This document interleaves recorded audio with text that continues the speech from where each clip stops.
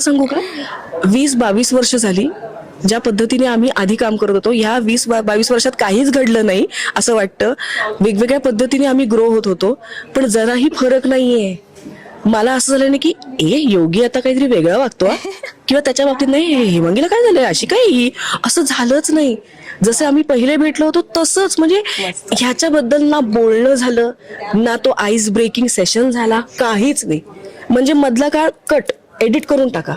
2003-2 ला जे काही त्यांनी प्रकाश टाकला माझ्यावर, तो अजूनही आहे. आणि माझंही असं झालं नाही की आता ह्याच्याबरोबर पुन्हा इतक्या वर्षांनी कसं काम करायचं, हा थॉटच आला नाही. म्हणजे पहिल्यांदा जेव्हा समजलं की जोडी असणार आहे तेव्हा छान वाटलं actually. छान म्हणजे अर्ध काम तिथेच ना. नाहीतर असतं ना की अरे बापरे आता ह्याच्याबरोबर जुळवून घ्यायचंय का, ह्याच्याबरोबर आता केमिस्ट्री करायची, कारण का नवरा बायको करताना केमिस्ट्री खूप महत्वाची असते. आणि हे नवरा बायको वाटले पाहिजेत, हे पहिली जबाबदारी असते कलाकारांवर, की हे वाटणं, लोकांना मेक बिलीव्ह करणं की अरे हा हे नवरा बायको वाटतात हा.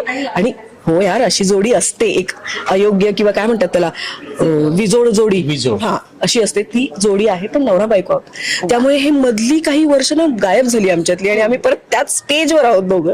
त्यामुळे मजा येते. आणि तो मुळात डिरेक्टर असल्यामुळे तो इतकं हेल्प करतो की हे करून बघ ना, ते करून बघ ना. आणि याच्यात कुठेही आविर्भाव नसतो की मी काहीतरी वेगळं सांगतोय, माझ्यात सुद्धा एक दिग्दर्शक असा आविर्भाव नसतो. फक्त एकच असतं, सीन उंचीवर न्यायचा आहे. हे मलाही कळतं, त्यालाही माहिती, आणि तो हक्काने सांगतो की अरे अरे बापरे आता हेमांगीला सांगितलं तिला आवडणार नाही का, इगो हट असलं काही नाहीच आहे. तो डायरेक्ट, कारण का त्याला माहितीये की सीन वर गेला पाहिजे, ते कॅरेक्टर छान दिसलं पाहिजे. आणि कोणीही ना इथे मुळात ना, मला हे खूप आवडते, कोणी इन्सिक्युअर नाहीये. एकमेकांना जेव्हा हेल्प करतो ना, तेव्हा कुठेही आविर्भाव असतो की मला तुझ्यापेक्षा जरा जास्त कळतं, हा आविर्भावच नाहीये. नाही हे अजून छान होईल का, हा जो असतो ना प्रत्येकाचा मोटिव्ह, तो खूप वर्क करतो आणि तो रिफ्लेक्ट होतोच होतो. येस.